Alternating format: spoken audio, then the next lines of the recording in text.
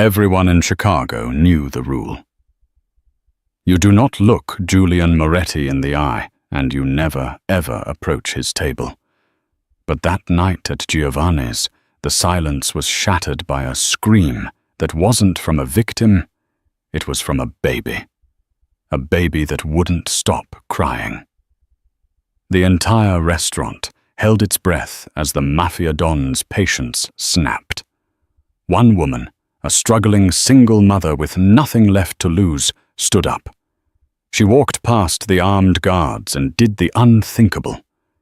She didn't beg for mercy. She scolded the devil himself. What happened next didn't just break the rules. It started a war.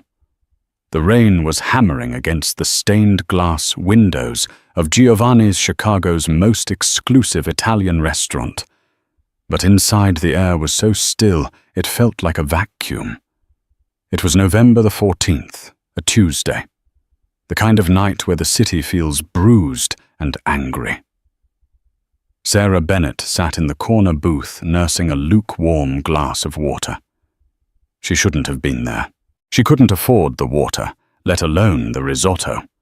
She was 26, wearing a coat that had been mended 3 times and staring at an empty chair.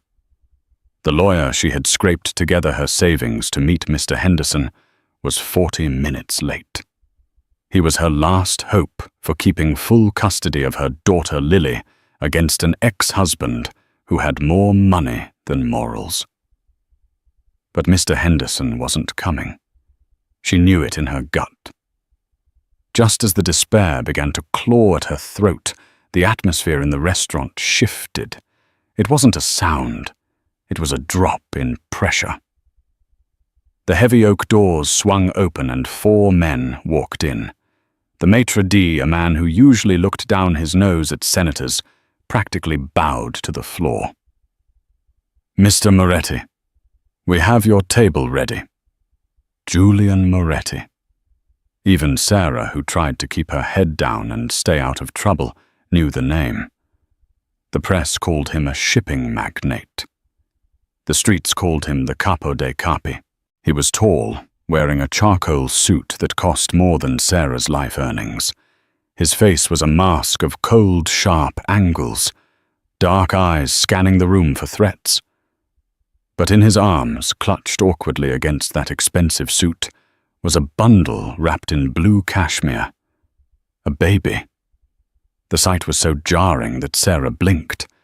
The most dangerous man in Chicago was holding an infant like it was a bomb he didn't know how to defuse. They sat at the center table, table 4. The bodyguards took up positions, their jackets bulging with obvious weaponry. The restaurant went silent. Forks stopped mid-air. Conversations died. Then it started. A whimper at first, then a wail, then a full-blown, lung-shredding scream. The baby was distressed. Julian Moretti stiffened. He jiggled the baby roughly, his expression shifting from cold indifference to panic and finally to simmering rage. "Marco," Julian snapped at the man to his right. "Make it stop." "Boss, I don't know how," Marco stammered, looking terrified. The crying grew louder. It was a piercing shriek of pure discomfort. Other diners shifted uncomfortably, but no one dared to look. The tension in the room was a physical weight. You could feel the violence radiating off Julian. He was losing control, and a man like Julian Moretti hated losing control. "Get the car!" Julian hissed, standing up. The baby arched his back, screaming harder.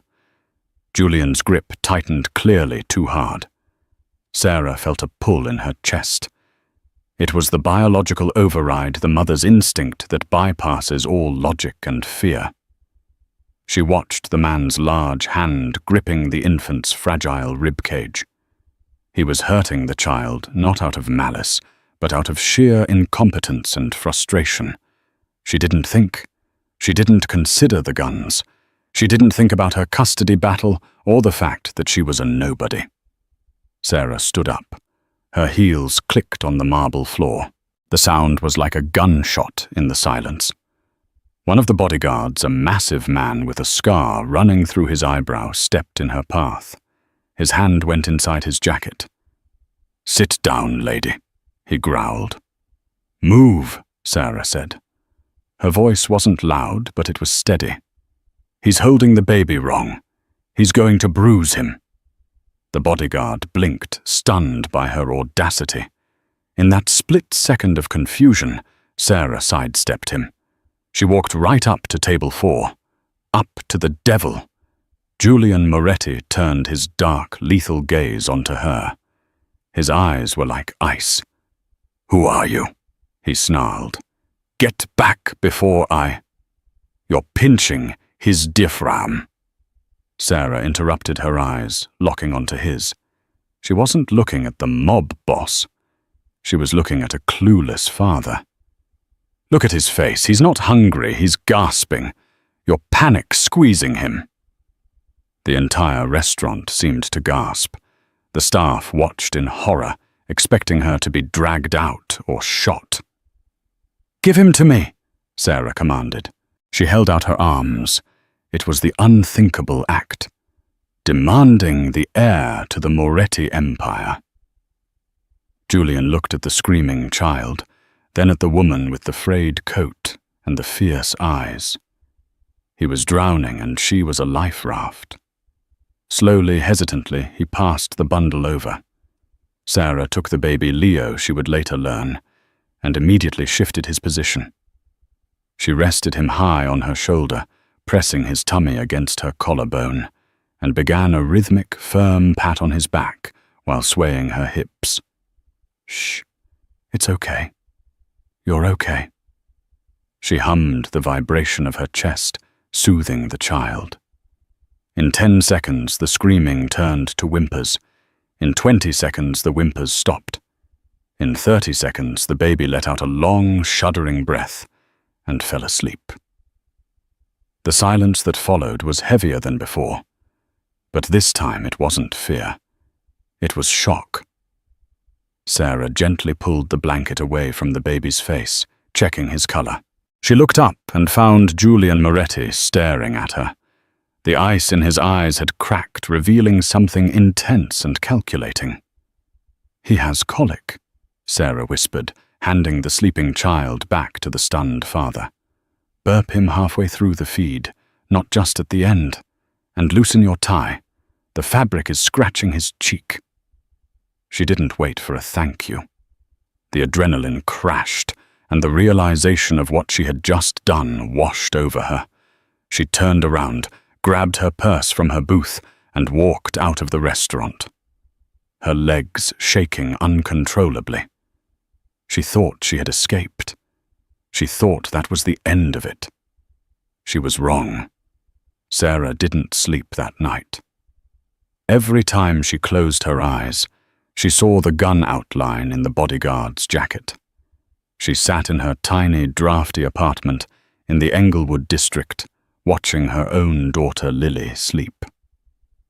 Lily was 4. She was the light of Sarah's life, and the reason Sarah worked double shifts at a diner and took cleaning jobs on weekends. But with her ex-husband Gary petitioning for full custody, citing her financial instability, Sarah felt the walls closing in.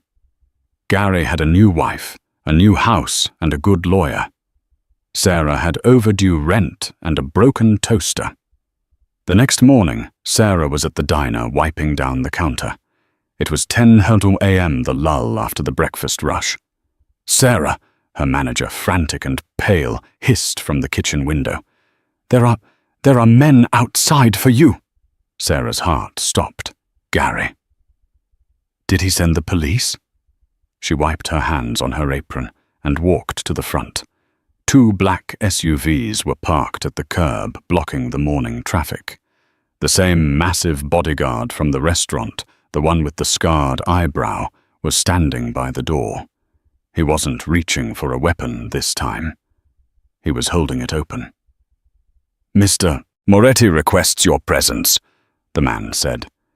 It wasn't a question. "I have a shift. I can't leave." Sarah said, her voice trembling. "We bought the diner," the man said flatly. "Your shift is over. Please, Ms. Bennett. The boss doesn't like to wait." They knew her name. Of course they did. Sarah got in the car. The drive was silent. They didn't go to a warehouse or a dark alley. They drove north to the Gold Coast, pulling up to a limestone mansion that looked more like a museum than a home. Iron gates swung open, revealing a driveway filled with luxury cars. Inside the house was cold, beautiful, expensive, and utterly devoid of warmth. Marble floors, modern art that looked like spilled ink and silence. She was led to a study. Julian Moretti was sitting behind a mahogany desk reading a document.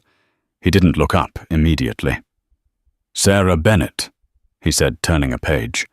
"Age 26, divorced, one daughter Lily, currently 3 months behind on rent, embroiled in a custody battle with Gary Bennett, a car salesman with a gambling problem. He hides well." Sarah felt violated. "How do you know all that?" Julian looked up. Without the baby in his arms, he was terrifying again. "I know everything about people who touch my son." He stood up and walked around the desk. He held out a black envelope. "What is this?" Sarah asked, not taking it. "Severance pay for your diner job," Julian said, "and an advance." "I don't understand." "My son Leo.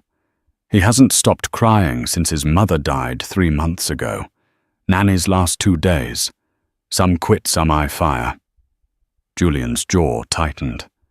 Last night was the first time he slept more than an hour. "He likes you." Sarah stared at him. "You want to hire me as a nanny?" "I want to hire you as a mother," Julian corrected. "Not to me, to him. I need someone who isn't afraid of me and who clearly knows what she's doing." "I can't," Sarah backed away. "I know who you are, Mr. Moretti. I can't bring my daughter into this world. I'm trying to get custody, not lose it, because I'm associating with the Mafia." Julian smirked, but it was humorless.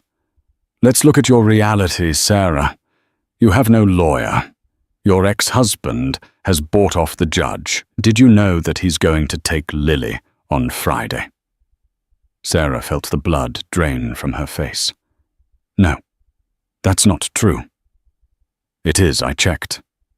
Julian tossed the black envelope on the table. "Inside that envelope is a check for $50,000, enough to hire the best family law attorney in the state. And if you take the job, you and Lily move in here, 24-hour security, a chef, a driver. And no one, not Gary, not the judge, not God himself, takes your daughter away." It was a deal with the devil. Sarah knew it. She looked at the check peeking out of the envelope. It was freedom. It was safety for Lily. But it was also a golden cage. "What's the catch?" she whispered. Julian stepped closer, invading her personal space. She could smell his cologne, sandalwood, and expensive tobacco. "The catch is that once you are in, Julian said, his voice dropping to a low rumble. "You live by my rules. You don't ask about my business. You don't look in rooms that are locked. And you never leave the house without my permission. You belong to the family now." Sarah thought of Lily's face. She thought of Gary taking her away. "I have one condition," Sarah said, her voice gaining strength. Julian raised an eyebrow. "You're in no position to bargain, Ms. Bennett. But entertain me. I'm not just the nanny. I eat dinner with you," she said. "If I'm living here, I'm not hiding in the servants' quarters while you play lord of the manor. I want my daughter to feel like this is a home, not a prison. We eat at the table. Same food, same respect." Julian stared at her for a long moment. The tension in the room was electric. He wasn't used to demands. Finally, A ghost of a smile touched his lips. "Dinner is at 7, he said. "Don't be late." Moving into the Moretti estate was like moving into a mausoleum. The silence was different here. It wasn't the peaceful silence of a library. It was the suffocating silence of secrets. Sarah and Lily were given a suite in the East Wing. It was larger than Sarah's entire apartment complex. Lily, wide-eyed and clutching her worn-out teddy bear, ran in circles on the Persian rug, delighted by how soft it was. But Sarah couldn't shake the feeling of being watched. The staff moved like ghosts. They were efficient, polite, and completely emotionless. The head housekeeper, Mrs. Galloway, was a woman in her 60s with a face made of granite. She had looked at Sarah's cheap suitcases with a disdain so subtle it was almost impressive. "Mr. Moretti does not like noise," Mrs. Galloway had warned them upon arrival. "He does not like clutter, and the West Wing is strictly forbidden." "Understood," Sarah had said, though her eyes immediately drifted to the heavy oak doors that separated the West Wing from the main hall. The first challenge came that very afternoon. It was time for Leo's nap. Sarah walked into the nursery. It was a room out of a magazine, all whites, greys, and sleek, modern furniture. It was pristine. It was also freezing. The air conditioning was blasting, and there wasn't a single toy in sight, just a crib that looked more like a cage. Leo was in the crib, staring up at a blank white ceiling, making that low, heartbreaking whimpering sound again. Sarah picked him up. His skin was cool to the touch. "Oh, you poor thing," she murmured, rubbing his arms. "No wonder you cry. You're in an icebox." She looked for a thermostat. It was locked behind a plastic case. Sarah found Mrs. Galloway in the hallway. "I need the key to the nursery thermostat. It's too cold." "Mr. Moretti prefers the house at 68 degrees, Paul," Mrs. Galloway said without stopping her dusting. "It keeps the art preserved." "He's a baby, not a painting," Sarah snapped. "Key, now!" Mrs. Galloway hesitated, then scoffed. "You may be the nanny Miss Bennet, but you do not run this house." "No," a deep voice rumbled from the stairs. "But she runs that room." Julian Moretti descended the staircase. He had changed out of his suit into a black button-down shirt, sleeves rolled up, revealing forearms that were thick with muscle and covered in faint white scars. Mrs. Galloway paled. "Sir, I was just—" "Give her the key," Julian said, not looking at the housekeeper. His eyes were on Sarah. "And get the child a heater until the system is adjusted." Mrs. Galloway handed over the key with trembling fingers and scurried away. Julian walked up to Sarah. He was imposing his presence, filling the hallway. He looked at Leo, who was now resting his head on Sarah's shoulder, quiet and content. "You're good with him," Julian said, sounding almost accusatory. "He just needs warmth, Mr. Moretti. Babies need to feel like they aren't alone." Julian's jaw tightened. A shadow passed over his face. Grief, perhaps, or guilt. "My wife, Isabella, she wanted the nursery to be perfect, modern, clean." "It's sterile," Sarah said honestly. "He needs color. He needs soft things. I want to paint it." "Paint it?" Julian blinked. "Yes, a soft yellow, or a green. And I want a rocking chair. A wood one, not that metal thing in there." Julian stared at her. No one made demands of the Don. But then he looked at his son, who was reaching out a tiny hand to grab a lock of Sarah's hair. "Do whatever you want," Julian said, turning away. "Just make sure he sleeps." That night, the first family dinner took place. The dining room table was long enough to seat 20 people. Julian sat at the head. Sarah and Lily sat to his right. The distance between them felt like miles. Lily, usually a chatterbox, was intimidated by the high ceilings and the silent servers.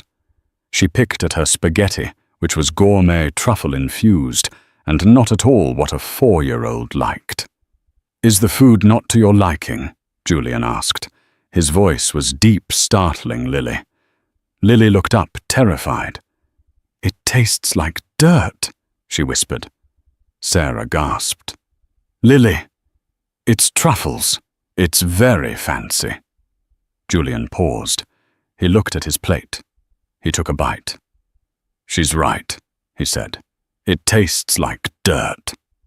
He signaled the chef who was hovering in the corner. "Grilled cheese," Julian ordered. "For the girl. And for me as well." The chef looked horrified but nodded. Lily giggled. It was a tiny sound, but it echoed in the large room. Julian looked at the little girl, and for the first time the hardness in his eyes softened. "Where is the baby's mummy?" Lily asked, suddenly, swinging her legs. Sarah froze. "Lily, we don't ask." "She's in heaven," Julian answered. His voice was flat, devoid of emotion. "Did she get sick?" Lily asked, oblivious to the tension radiating off the bodyguards by the door. "No," Julian said. He took a sip of dark red wine. "Bad men took her away." Sarah felt a chill run down her spine. The reality of where she was crashed back in. This wasn't just a rich man's house. This was a fortress built on blood. "My daddy is a bad man," Lily stated matter-of-factly. "He yells at Mommy. He broke the toaster." Julian's gaze shifted to Sarah. He studied a bruise on her arm that she had tried to cover with makeup, a parting gift from Gary a week ago when he tried to force his way into her apartment. Julian didn't say anything. He just stared at the bruise until Sarah self-consciously pulled her sleeve down. "Nobody will break your toasters here, Lily," Julian said quietly. "I promise." The moment was interrupted by Marco, the head of security, bursting into the room. He didn't apologize. "Boss, we have a problem at the docks. The Russians." Julian's face instantly changed. The father was gone. The Don was back. He stood up, throwing his napkin on the table.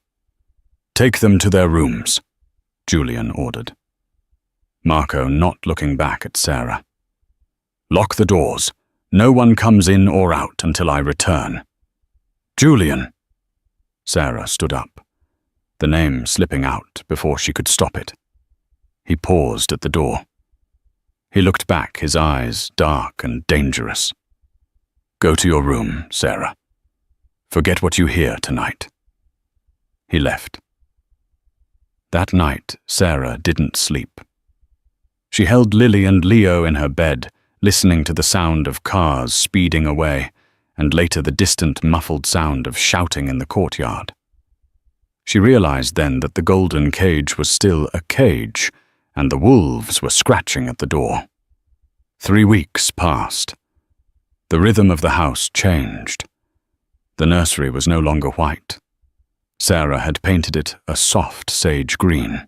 There were stuffed animals, a comfortable wooden rocker, and a mobile of stars that she had made herself. Leo was a different baby. He gained weight. He smiled. He slept. And Julian changed too. He was still cold, still distant, often disappearing for days at a time. But when he was home, he spent time in the nursery. He would stand in the doorway, watching Sarah rock Leo to sleep. Sometimes he would sit in the armchair and just listen to her hum. One rainy Tuesday, Sarah was in the kitchen teaching the stiff French chef how to make chocolate chip cookies for Lily. Flour was everywhere. Lily was laughing, her face smeared with chocolate. Julian walked in. He was wearing a tuxedo, clearly headed to a gala. He stopped staring at the mess in his pristine kitchen. The chef looked terrified. "Sir, I tried to stop them. It's fine," Julian said. He walked over to the counter, dipped a finger into the batter bowl, and tasted it. "Needs more salt." Sarah laughed. She actually laughed at the Mafia Don. "You're a critic now." "I know good food," Julian said. His eyes lingered on her face. She was wearing an old t-shirt and jeans covered in flour, her hair in a messy bun. And he looked at her like she was the only woman in the world. The air between them crackled. It was dangerous. "I have a request," Julian said, his voice dropping an octave. "Yes, the chaotic mess you've made of my kitchen.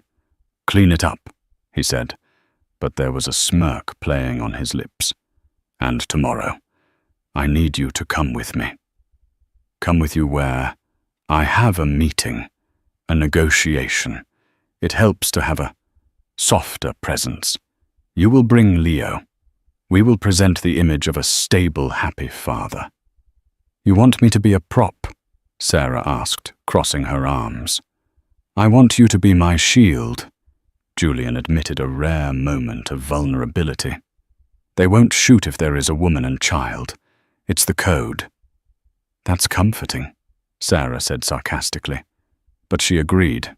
The meeting was at a vineyard estate outside the city. It was beautiful, rolling hills and autumn leaves.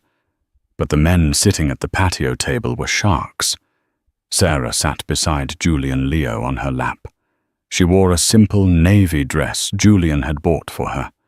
She played the part perfectly, the attentive mother, the quiet partner. Across the table sat Luca Vitti, the head of the rival family. He was older, greasy, with yellow teeth.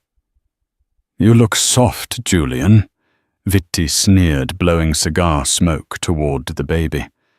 Sarah waved the smoke away with her hand, glaring at the man. "I look settled," Julian corrected. "There is a difference." "And who is this?" Vitti gestured to Sarah with his cigar. "The new flavor of the month. She's pretty, a bit skinny for my taste." Julian's hand clenched into a fist on the table. Sarah saw the knuckles turn white. "She is the mother of my son," Julian lied smoothly. "And you will speak to her with respect." Vitti laughed. "Or what, you'll start a war over a nanny?" "I've started wars for less," Julian said softly. The temperature at the table dropped 20 degrees. Vitti stopped laughing. He looked at Julian, then at Sarah. He saw the way Julian's body was angled toward her, protective, possessive. "Fine," Vitti spat. "We accept the territory lines, for now." The meeting ended. But as they walked back to the car, Sarah felt trembling in her hands. "You lied," she whispered to Julian as he buckled Leo into the car seat. "You told them I was his mother." Julian slammed the car door shut and turned to her. He pinned her against the side of the SUV. He didn't touch her, but his body shielded her from the view of Vitti's men. "In this world, perception is everything," he murmured. His face was inches from hers. "If they think you are just help, they will target you to get to me. If they think you are mine, they will hesitate." "Am I?" Sarah breathed. "Yours." Julian stared at her lips. For a second she thought he was going to kiss her. The impulse was there, raw, magnetic. "Get in the car, Sarah," he rasped, pulling away abruptly. The drive home was silent, but it wasn't the awkward silence of before. It was a silence filled with things unsaid. When they arrived at the estate, the sun was setting. The gates opened. But as they drove up the long driveway, Marco slammed on the brakes. "Ambush!" Marco screamed. Glass shattered. A bullet took out the windshield, missing the driver's head by inches. "Get down!" Julian roared. He threw his body over Sarah and the baby seat in the back. Chaos erupted. The SUV was being fired upon from the trees lining the driveway. The armored plating held the heavy rounds, but the noise was deafening. Leo started screaming. "Marco, drive," Julian commanded. "Tires are blown. Boss." "We run," Julian said. He looked at Sarah. His face was bleeding from a shard of glass, but his eyes were focused. "Listen to me. When I open this door, you run for the front porch. Do not look back. Do not stop. I will cover you." "What about you?" Sarah cried, clutching Leo. "I am the target," Julian said grimly. "They won't shoot you if they have a shot at me." He pulled a handgun from a holster beneath his jacket. He didn't look like a businessman anymore. He looked like a soldier. "Go!" Julian kicked the door open and rolled out, firing into the trees. Sarah didn't think. She grabbed Leo and sprinted. She ran through the gravel, her heels sinking, her breath tearing at her lungs. Gunshots popped behind her, crack, crack, crack. She heard men shouting. She heard Julian roaring orders to his security team, who were pouring out of the house. She reached the heavy oak front doors just as Marco's men pulled them open. She tumbled inside, collapsing onto the marble floor. "Secure the house!" someone shouted. Sarah scrambled up, clutching Leo, and ran to the window. She had to see. Outside the driveway was a war zone. Smoke, flashing lights. She saw Julian. He was standing behind the SUV, reloading his weapon with practiced ease. He wasn't hiding. He was advancing. Then she saw it. A man in black tactical gear had flanked the car. He was aiming a rifle at Julian's exposed back. "Julian!" Sarah screamed, though he couldn't hear her through the bulletproof glass. But Julian Moretti had instincts that bordered on supernatural.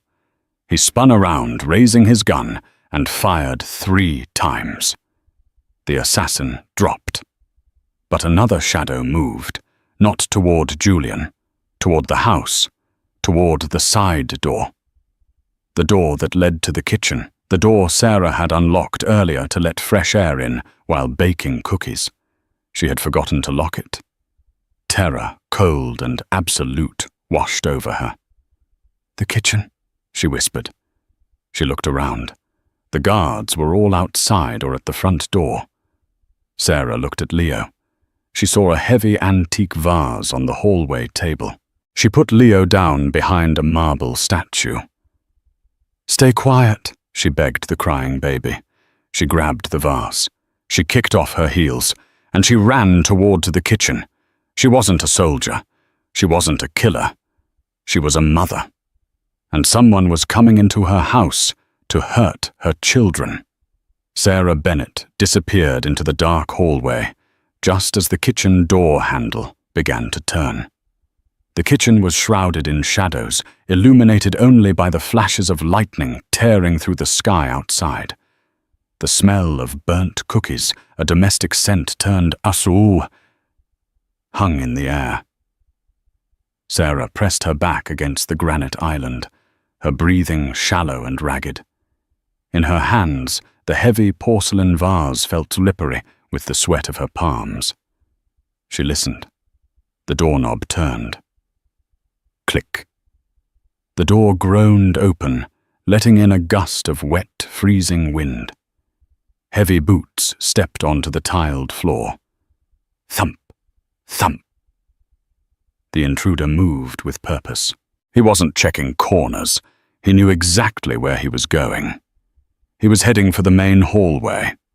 He was heading toward where she had hidden Leo. Sarah's terror transmuted into a cold, hard rage. Not my children. She waited until the figure passed the island. He was a large man dressed in black, a suppressor attached to the pistol in his hand. Sarah didn't scream. She didn't hesitate. She stepped out from the shadows and swung the heavy vase with every ounce of strength she possessed. Crash!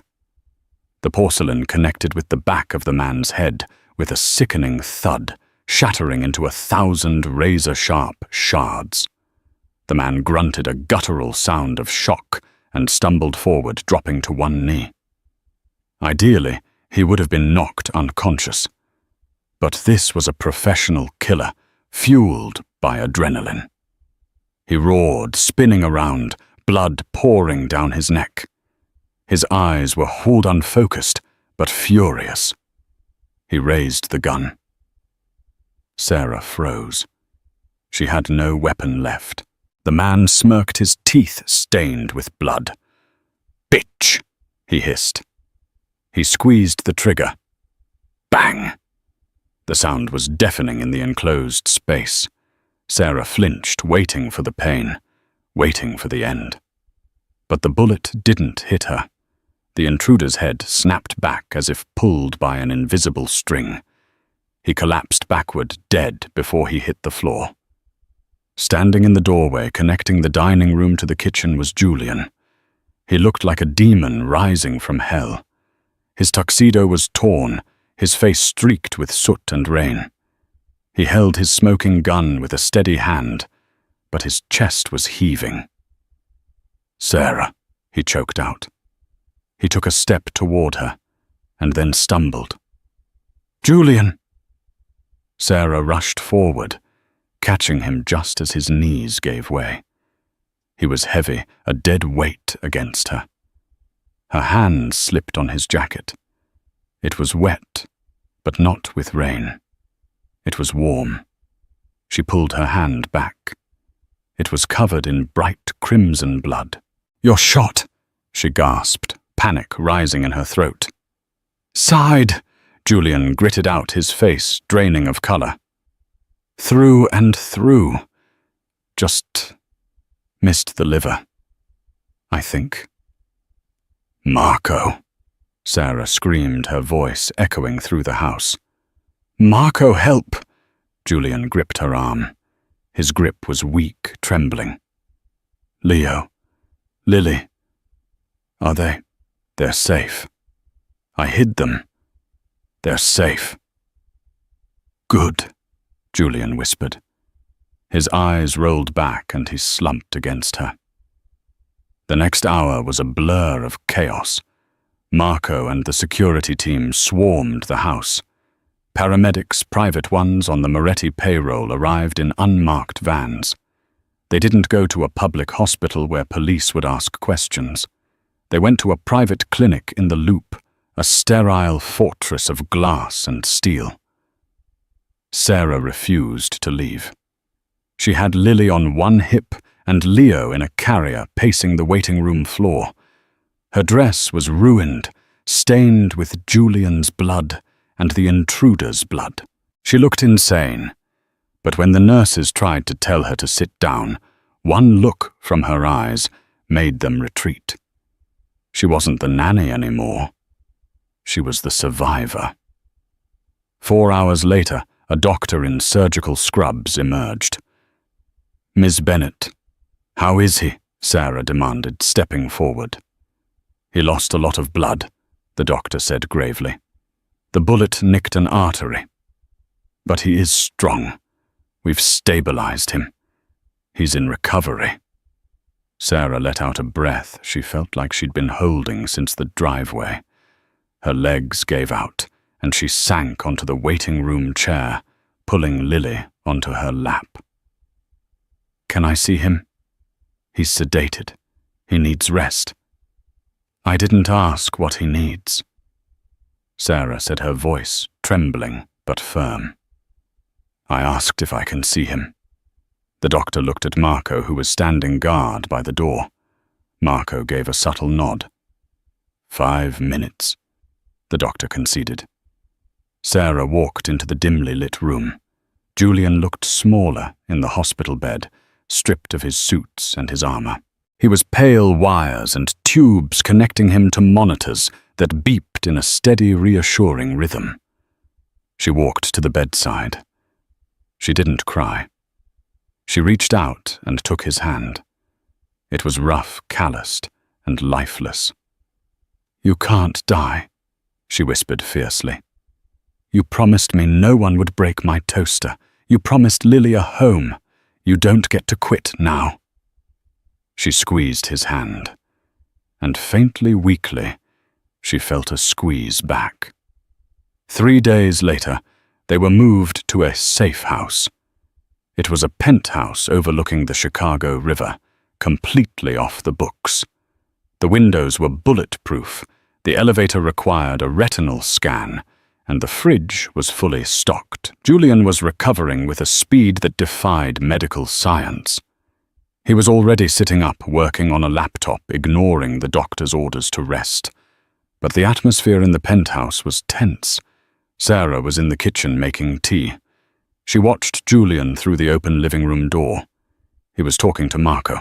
His voice was low, dangerous. "Find out how they knew," Julian was saying. "The kitchen door, the timing. They knew exactly when the shift change was. They knew I was taking the armored SUV, not the sedan. That was an inside job." "We're scrubbing the comms, boss," Marco said. "We found a burner phone on the shooter in the kitchen. We're decrypting it now." Sarah walked in with the tea. She set it down on the table. Julian looked up at her. His eyes softened, but the tension in his jaw remained. "You should be resting," she said. "I can't rest while there is a rat in my house," Julian replied. "Maybe it wasn't a rat," Sarah said. "Maybe they just got lucky." "There is no luck in this business, Sarah. Only strategy and betrayal." Just then, Marco's tablet pinged. He looked down at the screen and his face went white. He looked at Julian, then at Sarah, then back at the tablet. "What?" Julian barked. "Boss, the burner phone. The last call received. It wasn't from one of our guys." "Who was it?" Marco swallowed hard. "It was from a registered number. A prepaid cell found in the possession of Gary Bennett." The room went silent. The air was sucked out of the penthouse. Sarah felt the blood drain from her face. "What?" "Your ex-husband," Julian said, his voice deadly calm. He looked at Sarah, but his eyes weren't accusing. They were calculating. "He sold us out." "No." Sarah shook her head. "Gary is a gambler. He's a loser. But he's not. He doesn't know anything about you. How could he know the layout?" "The schedule." Julian turned his gaze to Lily, who was playing with blocks in the corner of the room. "Visitation," Julian said softly. Sarah felt sick. He asked her." "Lily," Julian called out gently. The little girl looked up. "Yes, Mr. Julian. When you saw your daddy last week, did he play a game with you? Did he ask you about the house?" Lily nodded enthusiastically. "Yes. We played spy. He asked me to draw a map of the castle. He wanted to know where the Sleeping Beauty slept, and where the guards stood. He said he was going to send me a surprise." Sarah clamped a hand over her mouth to stifle a sob. The betrayal was so visceral, it physically hurt. Her ex-husband had used their daughter to draw a map for assassins. He had sold their lives, Lily's life, to pay off his gambling debts. "Oh my God!" Sarah wept. "It's my fault. I let him see her. I brought this to your door." She turned to run, to hide, to leave. She couldn't be here. She was the leak. "Sarah." Julian's voice cracked like a whip. He winced as he forced himself up from the couch, ignoring the pain in his side. He crossed the room in 3 strides and grabbed her arm, spinning her around. "Let me go," she sobbed. "I have to leave. I'm a danger to you." "You are not going anywhere," Julian growled. He pulled her closer, his good hand cupping her face, forcing her to look at him. "This is not your fault. This is the act of a desperate, evil man. Do not take his sin and make it yours." "But he used her. He used me, and he will pay for it," Julian vowed. The darkness in his eyes was terrifying, but it wasn't directed at her. "He thinks he sold me out to Viti, but all he did was sign his own death warrant." "I can't stay," Sarah whispered, tears streaming down her face. "Look at this life, Julian. Guns, blood. My daughter drawing maps for killers. I can't do this." "You can," Julian said. His voice dropped to a whisper. His thumb brushed away a tear on her cheek. "Because you are the strongest person I have ever met. You walked into a kitchen with a vase to fight a hitman. You saved my son. You saved me." "I was terrified," she admitted. "Fear doesn't make you weak. It makes you smart." He looked at her lips. The distance between them vanished. The adrenaline, the fear, the relief, it all culminated in this single moment. Julian lowered his head and kissed her. It wasn't a gentle kiss.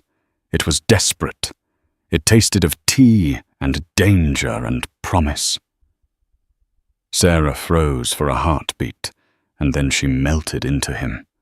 She wrapped her arms around his neck, careful of his wound, and held on as if he were the only solid thing in a spinning world. When they pulled apart, breathless, Julian rested his forehead against hers.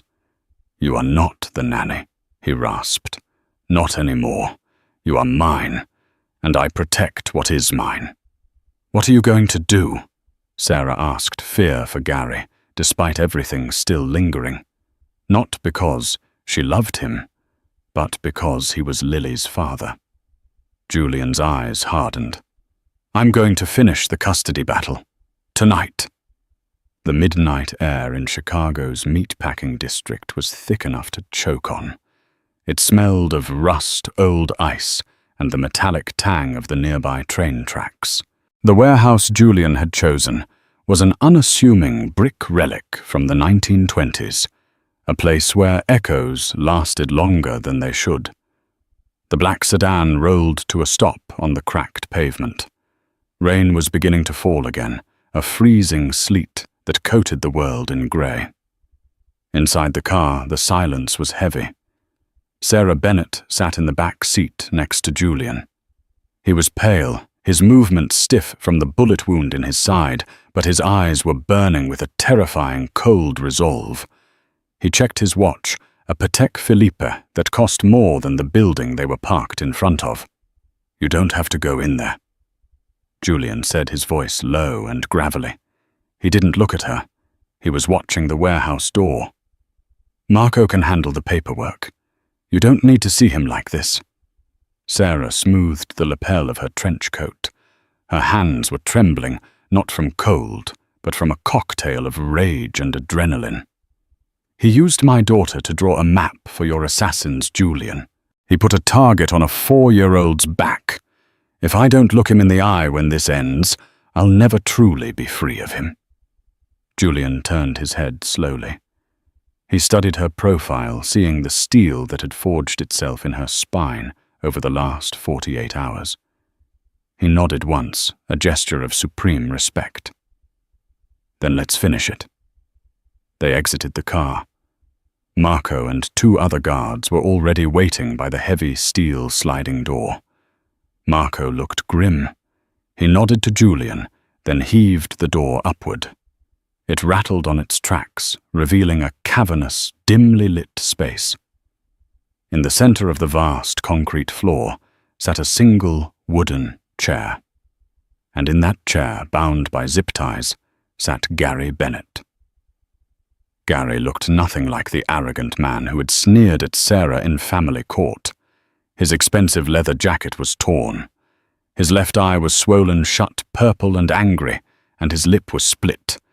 He was shivering violently, sweat beading on his forehead, despite the freezing temperature.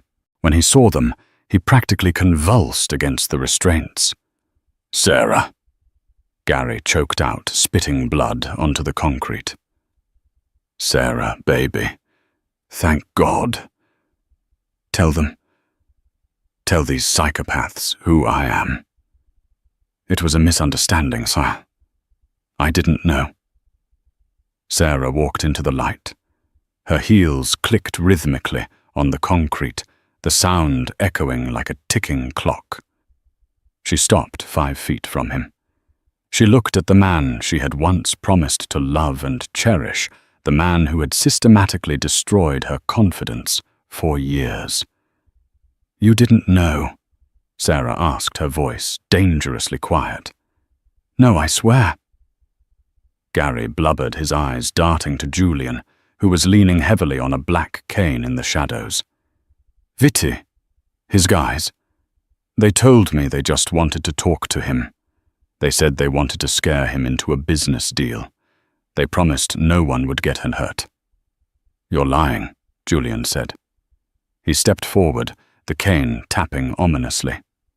"We recovered the audio from the burner phone, Gary. We heard the recording." Julian pulled a small digital recorder from his pocket and pressed play. Gary's voice, tinny and distinct, filled the warehouse. "The nursery is in the east wing. Second door on the left. The guards change at 6:00 p.m. That's your window. Just make sure I get the 50 grand by morning." The recording clicked off.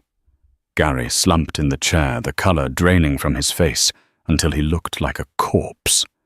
"You told them where the nursery was," Sarah whispered. The rage she felt wasn't hot. It was cold, absolute zero. "You didn't just sell out Julian. You pointed a gun at Lily's head for $50,000. That's what she's worth to you. A few hands of poker." "I was in deep, Sarah. They were going to break my legs." Gary sobbed, snot running down his face. "I had no choice." "We all have choices," Julian said. He signaled Marco. Marco stepped forward and handed Sarah a thick manila folder. "What is this?" Gary whimpered. "Your exit strategy," Julian said. "Or your death warrant. It depends on the next 60 seconds. Sarah opened the folder. Inside was a legal document drafted by the most expensive lawyers in the city. It was a complete, irrevocable surrender of parental rights. "You are going to sign this," Sarah said, her voice steady. "You are going to give me sole legal and physical custody of Lily. You will waive all visitation. You will remove your name from her birth certificate. You will be a stranger to her." Gary stared at the papers. And if I do?" "Then you leave," Julian interjected. "Marco has a bus ticket for you, one way, to Tucson, Arizona. You get on that bus and you never come back to Illinois. If you set foot in Chicago again, if you ever try to contact Sarah or the girl, the police get the recording, and my associates get the rest of you." Gary looked at the pen Marco was holding out. He looked at the gun on Marco's hip. He looked at Julian's cold, dead eyes. Then he looked at Sarah, searching for a shred of the timid woman he used to bully. He found only a wall of stone. "Sarah, please," he whispered, a last-ditch effort at manipulation. "She's my little girl." "She stopped being your little girl the moment you drew a map for the men coming to kill her," Sarah said. "Sign the papers, Gary. It's the only mercy you're going to find in this room." With a shaking hand, Gary took the pen.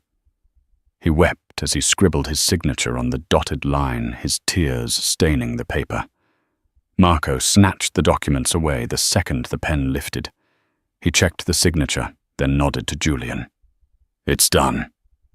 "Get him out of my sight," Julian ordered, turning his back. Gary was hauled to his feet. As he was dragged toward the back exit, he looked back one last time, but Sarah was already walking away. She didn't watch him leave. He was already a ghost to her. Outside, the rain had stopped. The air felt cleaner, sharper. Sarah leaned against the black sedan, clutching the folder to her chest. She felt lightheaded. The adrenaline was crashing, leaving her knees weak. "Are you all right?" Julian asked. He was standing close to her, his body shielding her from the wind. "I don't know," Sarah admitted. She looked up at him. The streetlights reflected in his dark eyes. "I feel lighter. But I also feel terrified. Gary is gone. But the threat. Vitti is still out there, isn't he? Vitti will be handled." Julian said, his tone leaving no doubt as to what that meant. "But the danger, it is part of my world, Sarah. I told you this.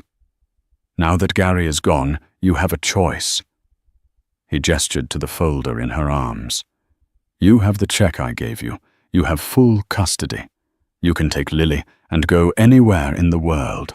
Paris, London, a quiet town in Vermont where no one knows the name Moretti. I will ensure you are safe from afar. You can have a normal life." Sarah looked at the folder, then at the man standing before her. She thought about the normal life she had before the struggle, the loneliness, the fear of poverty. Then she thought about the last month, the way Julian looked at Leo, the way he had shielded her body with his own in the driveway, the way Lily had laughed in the garden. Safety wasn't about location. It was about who was standing beside you. Sarah took a step closer to him, invading his personal space. She reached out and placed her hand gently over the bandage on his side. "Leo needs a mother," she said, softly. Julian flinched, his breath hitching. "Sarah, and Lily," she continued, her voice gaining strength. "She needs a father who keeps his promises, a father who protects her, not one who sells her out." She looked up into his eyes, seeing the vulnerability he hid from everyone else. "And I don't want a normal life, Julian. I want a real one. With you." Julian let out a ragged breath, dropping his cane. It clattered to the pavement unnoticed. He wrapped his arms around her, burying his face in the crook of her neck, inhaling her scent. It was an embrace of desperation and devotion. "Then you have me," he vowed, his voice vibrating against her skin. "Every part of me, until the day I die." They stood there in the quiet street, a single mother and a Mafia don bound by blood, and a promise that was stronger than any contract. The late afternoon sun bathed the Moretti estate in a warm golden glow. The high walls and iron gates were still there, but the atmosphere inside had transformed. The silence of the mausoleum was gone, replaced by the chaotic, beautiful sounds of life. The sprawling back garden was decorated with streamers and balloons. It was Leo's second birthday, and the turnout was eclectic. Burly security guards were awkwardly wearing party hats, sipping fruit punch. The stiff French chef was on his knees in the grass, laughing as Lily, now 5, and missing a front tooth, showed him a beetle she had found. Sarah stood on the terrace balcony looking down at the scene. She wore a pale yellow sundress that caught the breeze. Her hand rested instinctively on her stomach, where a small, barely there bump hinted at the new addition to the family, arriving in 6 months. She felt a presence behind her, warm and solid. Julian stepped up, wrapping his arms around her waist from behind. He rested his chin on her shoulder, his cheek pressing against hers. He wasn't wearing a suit today. He was in a linen shirt, sleeves rolled up, looking younger, lighter. "They're happy," he murmured, watching Leo wobble-run across the grass, chasing a golden retriever puppy named Barnaby. "We're happy," Sarah corrected him, leaning back into his embrace. "Did you ever think," Julian asked quietly that day in the restaurant, "when you marched up to my table and demanded my son, did you think it would end like this?" Sarah smiled, remembering the fear, the rain, and the screaming baby. "I didn't think," she admitted. "I just heard a baby crying, and I saw a father who didn't know how to ask for help." Julian turned her around in his arms. The cold, sharp angles of his face had softened over the year. The ice in his eyes had melted into something warm and profound.